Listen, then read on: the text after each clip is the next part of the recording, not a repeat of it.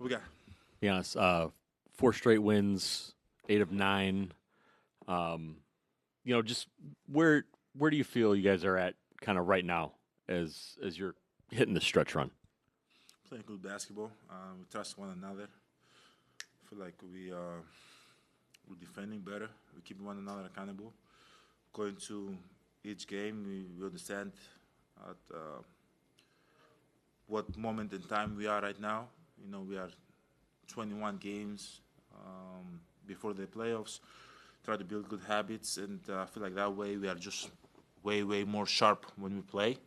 And when we're not sharp, we try to keep one another accountable. We watch the film in halftime, we watch the film before the game, and we tell one another the truth. Like, we got to be better in transition, we got to be better rebounding, and then we go out there and try to execute it. We've said to ourselves that we got to be better coming out of the third quarter.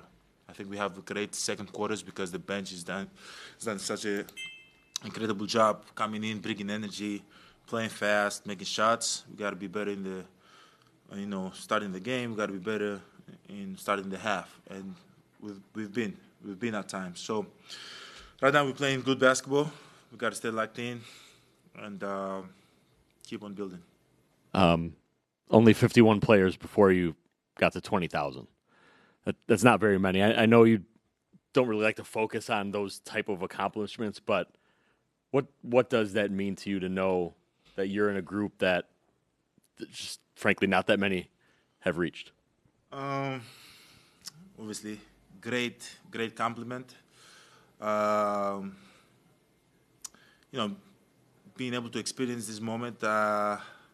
Again, I don't think about only this moment that I got to 20,000 points. I think about everything that I had to go through in my life to be able to be in this position. Now, before basketball, when I started playing basketball at 14, when I got to the NBA, like all those moments that I had to sacrifice away from my family, moments that I was in pain and then, kept playing, moments that I've been disappointed, of not be able to accomplish what I want to accomplish, which might be a win or something. High moments that I've accomplished great stuff in my career. So I just think about all those things, which make this moment even more sweet. I really hope, because I don't know the 51 players before me, which players they were and how they got to 20,000 points. The only person that I know is Dame, and he's like an underdog kind of story.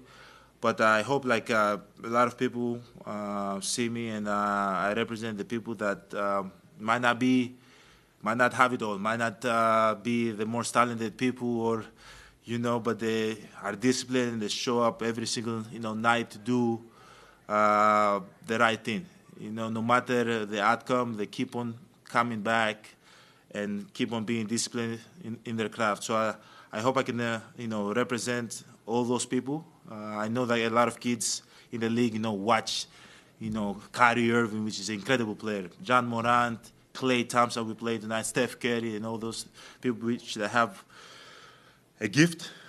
But as I said, I hope other people watch me and how I got to my 20,000 points, and understand that I was humble. I was able to listen to my previous head coach that helped me in my career, and my current head coach that helped me. Teammates like Jerry Dudley, when he got me at 19 and convinced me to move out of my apartment that I was living with my mom, and I had to get my own apartment because he said, you're 19, 20 years old, man, you never know, you might bring a girl back home. And I'm like, that's not what I do. He said, okay, you need your own space. And he convinced me to move out of my parents' apartment to people that I have now that make my life easy. Dame, Brooke, So yeah, long story short, I'm happy for this moment, and I hope a lot of people that work hard to accomplish this moment, because it feels good, and I hope other people able to feel the same. When we talked to Dame about it, he'd kind of said some guys can get to 10, 12, but once you get up to 15 and 20, that there's a level of consistency there. Night in, night out, the scouting report, you're going to be on the top of it. you're going to have to be available for your team every night. We know that that's something that you pride yourself on, but do accomplishments like this, like getting to 20,000, kind of let all of that hit home for you? That it, like, I have been able to do those things. Like, I have wanted to be consistent, be available for my team and my franchise, and I have been able to do that. Yeah, I think about the consistency. Being able to dress up every single, game, most of the games, and come back every single year and being able to, be good for your team and improve individually.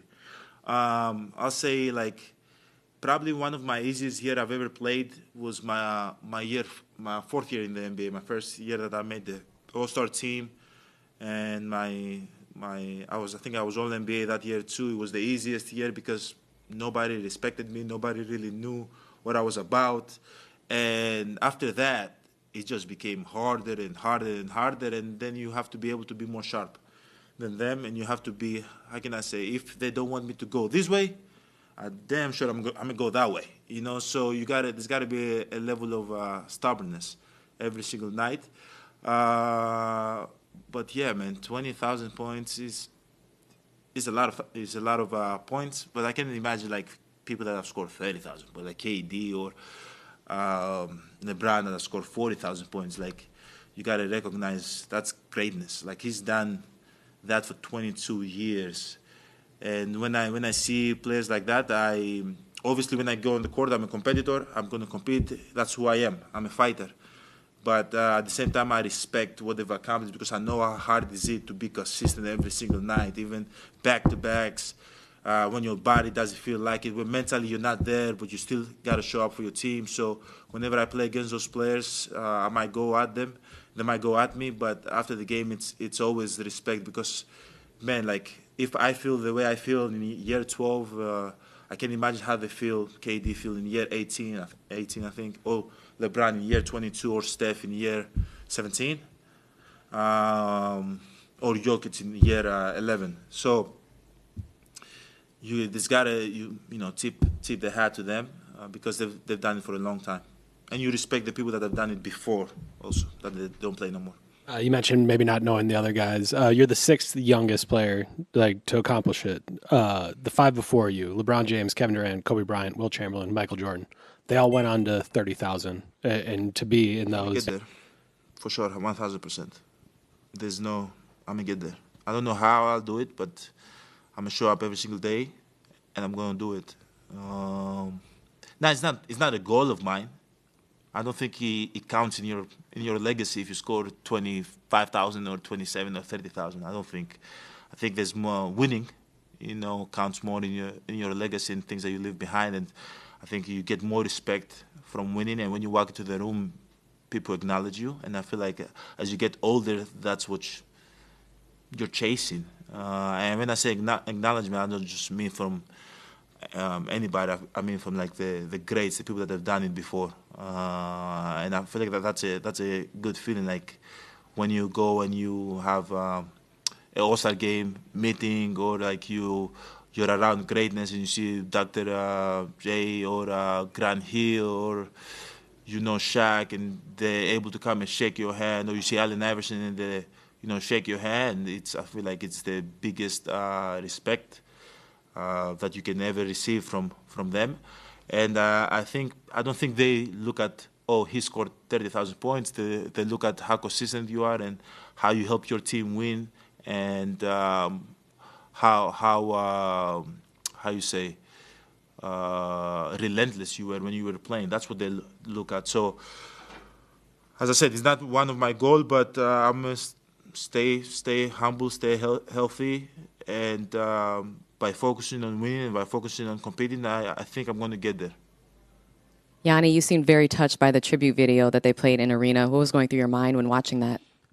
Coach Doc did not let me watch it, man. He kept saying, Giannis, focus on the play. I'm like, Coach, like, you don't get a lot of 20,000 points moment in your career, so I've watched 1,000 plays. Let me watch this one video, So I didn't say that, but I thought about it. But no, it's a great video. I always look back at myself, and sometimes I'm not. I don't want to say I would get emotional, but it's a good feeling. Like I'm proud of the journey, but I have so much more to give. I'm 30 years old. I have so much to give. I'm changing my game. I'm becoming more efficient, more effective. I have so much to learn, and I'm just going to try to focus on that. So hopefully I can have another video without being interrupted. And then as someone who was born and raised here in the city of Milwaukee, I understand your impact, especially. We know that all Bucks fans who are from the city, the state, they understand it as well. But how special is this city to you and to get 20,000 career points here in Milwaukee? It's special. I think nobody can ever take that away from me. Every bucket that I've ever scored, I scored it with with the Bucks jersey. So it's a great feeling for sure. I always feel the love from people here in the city, people that helped me, people that believed in me, and I just try to, as I said, every time when I step on the court to represent them in the best way possible, and I hope I've done that. And if not, I'm going to continue to try to do it. I asked Doc what sets you apart from some of the great players that he's been around, and the two things that he focused on were your heart and your spirit, and those come from within, right? But at the same time, you've mentioned everything you've had to go through to get to this point. Now, what are the different attributes, and how have you been able to stay focused on the ultimate goal, get through these obstacles to ultimately reach this point in your career? How can I stay focused? I feel like before I came to the NBA, I had to be locked in.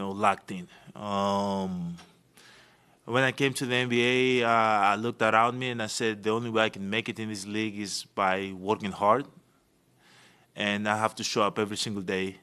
I had conversations with great players that played the game, and they're all-time greats, and they told me that the best players, the greats, never get bored. And as I worked, and I got to a point that I realized what separates me from the other players around me and the people, that have played the game is that my heart, my spirit, my work ethic, and how disciplined I am to repeat it. After we've played the back-to-back, probably everybody have left the arena. I'm here,